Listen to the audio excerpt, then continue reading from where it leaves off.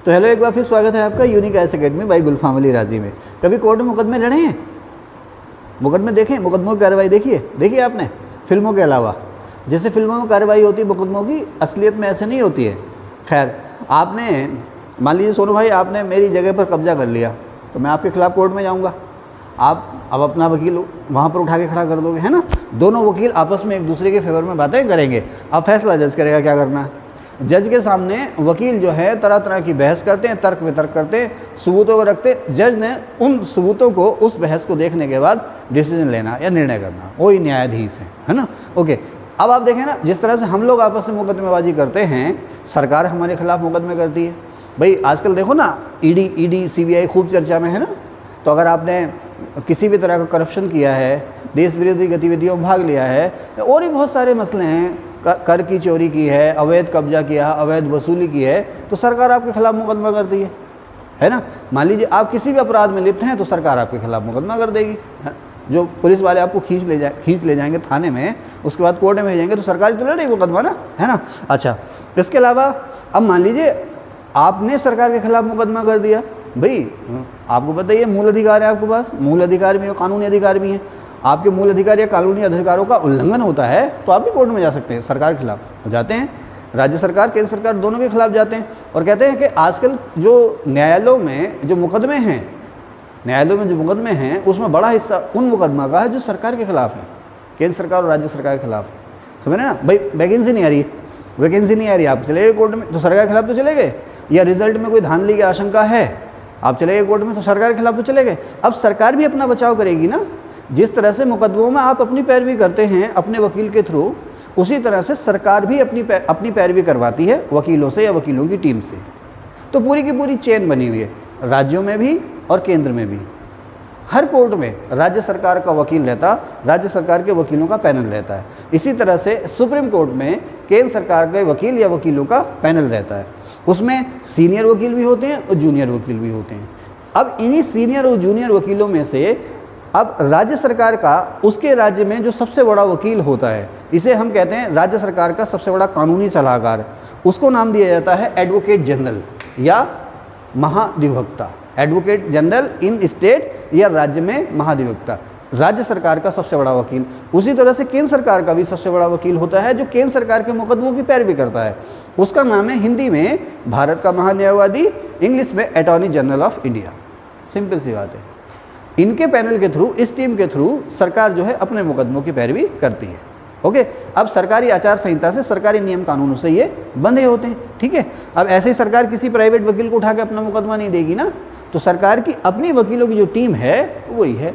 अक्सर होता है ना, बड़ी बड़ी फर्म है तो वो अपने पास लीगल एडवाइज़र या कानूनी सलाहकार रखती है ना। बड़ी बड़ी, अब देखो ना, मुकेश अंबानी, टाटा, बिरला, पता नहीं क्या इनके खिलाफ मुकदमे नहीं होते होंगे? खूब मुकदमे, आए दिन मुकदमे होते हैं, है ना, आए दिन आरोप लगते हैं। तो पूरी की पूरी इनके पास कानूनी सलाहकारों यानी कि वकीलों की फौज रहती है जो इनके लिए तरह तरह की पैरवी करते हैं। उसी तरह से सरकार के पास वकीलों की फौज है।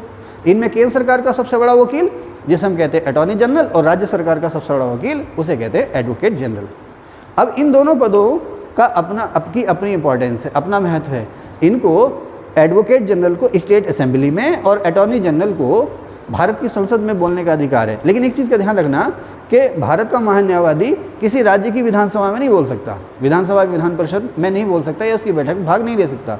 भारत का महान्यायवादी या केंद्र सरकार का सबसे बड़ा लीगल एडवाइज़र संसद के किसी भी हाउस में न केवल बोल सकता है बल्कि बहस में भाग भी ले सकता है। उसी तरह से हर राज्य का महाधिवक्ता या एडवोकेट जनरल अपने स्टेट में असेंबली या विधान परिषद, जो भी आप कह लो, उनकी बैठक या बैठकों में डिस्कशन कर सकता है। लेकिन इन्हें वोट देने का अधिकार नहीं है।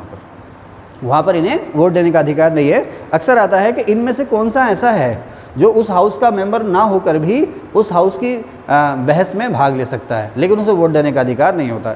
संसद में है तो महान्यायवादी और विधानसभा में है तो महाधिवक्ता। ओके, अब कौन से आर्टिकल में इनके नामों का जिक्र किया गया है?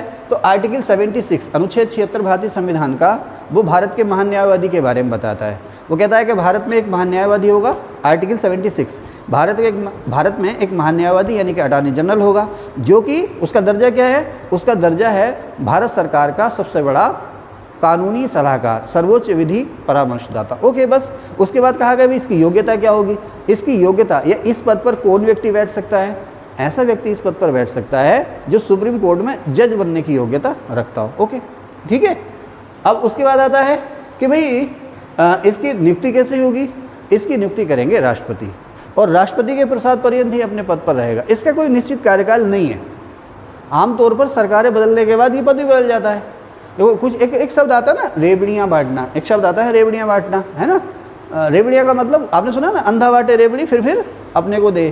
तो सरकार में बहुत सारे पद ऐसे होते हैं जहाँ सरकार अपने भरोसे के लोगों को अपॉइंट करती है, ऐसे लोगों को जो उनके समर्थक हैं, जिन्होंने, भाई लोकतंत्र है ना, राजनीतिक व्यवस्था है। अब लोकतंत्र में चुनाव लड़ाने में बहुत से लोग अपना रोल निभा रहे हैं, तो अब उनको भाई सम्मान भी देना है।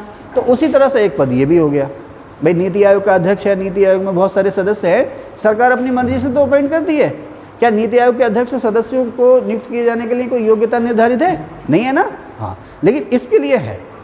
तो भारत का महान न्यायवादी वो होगा जो सुप्रीम कोर्ट में जज बनने लायक योग्यता रखता हो। उसी तरह से भारत का महान न्यायवादी राष्ट्रपति के द्वारा नियुक्त किया जाएगा। इसका कोई निश्चित कार्यकाल नहीं है। आमतौर पर 5 साल होता है, क्योंकि सरकारें भी 5 साल तक चलती हैं, ठीक है ना।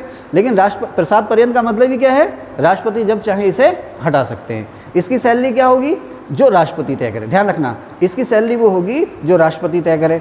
अब ये काम क्या करेगा, ये वो काम करेगा जो राष्ट्रपति से सौंपे। इसके काम क्या होंगे, ये वो सारे काम करेगा जो राष्ट्रपति से सौंपे। तो जाहिर सी बात है, कानूनी मामले के ही ये काम करता है, और इसका काम क्या है, सरकार की ओर से मुकदमों में पैरवी करना। कहाँ कहाँ पैरवी कर सकता है ये न केवल सुप्रीम कोर्ट में, बल्कि भारत के किसी भी कोर्ट में केंद्र सरकार की ओर से पैरवी कर सकता है। जिला कोर्ट में भी आ सकता है ये पैरवी करने। अगर लगे कोई मामला डिस्ट्रिक्ट कोर्ट में फंस गया है केंद्र सरकार के खिलाफ, तो वहाँ भी आ जाता। हालांकि जिला कोर्ट में केंद्र सरकार के खिलाफ मुकदमे होते नहीं हैं, वो या तो हाई कोर्ट में होते हैं या सुप्रीम कोर्ट में होते हैं। लेकिन इसे भारत के राज्य क्षेत्र में, चाहे वो संघ राज्य क्षेत्र का कोर्ट हो, या राज्यों का कोर्ट हो, या भारत का सुप्रीम कोर्ट हो, इसे भारत के क्षेत्र में किसी भी कोर्ट में केंद्र सरकार की ओर से पैरवी करने का अधिकार है, ठीक है ना। अच्छा, एक चीज़ बात ये आती है, क्या ये अपनी प्राइवेट प्रैक्टिस कर सकता है। डॉक्टरों और वकीलों का जो काम होता है ना, उसे कहते हैं प्रैक्टिस, है ना। हम जब बचपन में थे ना, बचपन में सभी थे, बचपन में हम भी थे बचपन में, तो अक्सर बोलते डॉक्टर साहब जो है, डॉक्टर साहब क्या कर रहे हैं आजकल, डॉक्टर साहब प्रैक्टिस कर रहे हैं। तो हमें क्रिकेट का बड़ा शौक था। मुझे यार डॉक्टर साहब क्रिकेट खेलते होंगे, क्रिकेट, अच्छा कल को मैच होगा उनका, इसलिए उनकी प्रैक्टिस चल रही होगी। थोड़े बड़े हुए तो पता चला नहीं भाई, डॉक्टर का जो पेशा उसे कहते हैं क्लिनिक में है तो वो प्रैक्टिस में है। फिर पता चला वकीलों का भी पेशा ही होता है ना, वकील साहब, है ना। चलिए खैर, तो क्या इसे ये निजी प्रैक्टिस कर सकता है, यानी कि जैसे आम वकील लड़ते हैं, क्लाइंट ढूंढ के, क्लाइंट आया, हाँ भाई मुकदमा लड़ना ठीक है, तुम्हारा मुकदमा कोर्ट में डाल देते हैं। तो इसकी निजी प्रैक्टिस पर रोक नहीं है, समझ रहे ना। लेकिन ये केंद्र सरकार के खिलाफ मुकदमा नहीं लड़ेगा। ध्यान रखना, इसकी निजी प्रैक्टिस पर रोक नहीं है, लेकिन ये वहाँ पर मुकदमा नहीं लड़ेगा जो मुकदमा केंद्र सरकार के खिलाफ। ओके, निजी प्रैक्टिस ये कर सकता है, लेकिन केंद्र सरकार के खिलाफ ही पैरवी नहीं करेगा। ओके, क्यों, क्योंकि सरकारी वकील है, ठीक है, हो गया। बस कुछ नहीं है साहब। उसी तरह से एडवोकेट जनरल, जिस तरह से महान न्यायवादी केंद्र सरकार का सबसे बड़ा कानूनी सलाहकार है, तो अब दूसरा पद है राज्य का महाधिवक्ता, इंग्लिश में एडवोकेट जनरल। ये राज्य सरकार का सबसे बड़ा कानूनी सलाहकार है। इस पद का जिक्र किस में है, आर्टिकल 165 में। आर्टिकल 165 में स्पष्ट लिखा हुआ है कि हर राज्य में एक एडवोकेट जनरल या महाधिवक्ता होगा जो राज्य सरकार का सबसे बड़ा कानूनी सलाहकार होगा। ओके, इसकी नियुक्ति कौन करेंगे, राज्य के राज्यपाल करेंगे। इसका वेतन राज्यपाल तय करेंगे, और राज्यपाल के प्रसाद पर्यंत, यानी कि उनकी इच्छा तक ही ये अपने पद पर रहेगा। इसका कोई निश्चित कार्यकाल नहीं है, और ना ही ऐसा है कि इसकी न्यूनतम उम्र उतनी होगी और अधिकतम उम्र इतनी होगी, ऐसा भी नहीं है, ठीक है ना। अब जो एडवोकेट जनरल है राज्य में जो एडवोकेट जनरल है, ध्यान रखना, महान न्यायवादी और महाधिवक्ता के लिए न्यूनतम और अधिकतम उम्र की कोई सीमा नहीं है, समझ रहे मेरी बात। लेकिन जो महान न्यायवादी है उसकी योग्यता होनी है सुप्रीम कोर्ट के जज के समान, और जो महाधिवक्ता यानी कि एडवोकेट जनरल है उसकी योग्यता होनी है हाई कोर्ट के जज के समान। जो हाई कोर्ट का जज बन सकता है वो राज्य में एडवोकेट जनरल या महाधिवक्ता भी बन सकता है, ठीक है साहब। तो राज्यपाल को ही तय है कि इसकी सैलरी कितनी होगी और इसके काम क्या होंगे, वो भी राज्यपाल ही तय करेगा। क्या इसकी निजी प्रैक्टिस पर रोक है? नहीं साहब, इसकी निजी प्रैक्टिस पर भी रोक नहीं है। शर्त यह है कि राज्य सरकार के खिलाफ पैरवी ये नहीं करेगा। केंद्र सरकार के खिलाफ कर सकता है, केंद्र सरकार के खिलाफ पैरवी कर सकता है, लेकिन जिस राज्य का एडवोकेट जनरल है उस राज्य की सरकार के खिलाफ ये पैरवी नहीं करेगा। ओके, तो चलिए हो गया। तो इस सेशन में बस इतना ही, मिलते हैं आपसे नेक्स्ट सेशन में। Thank you.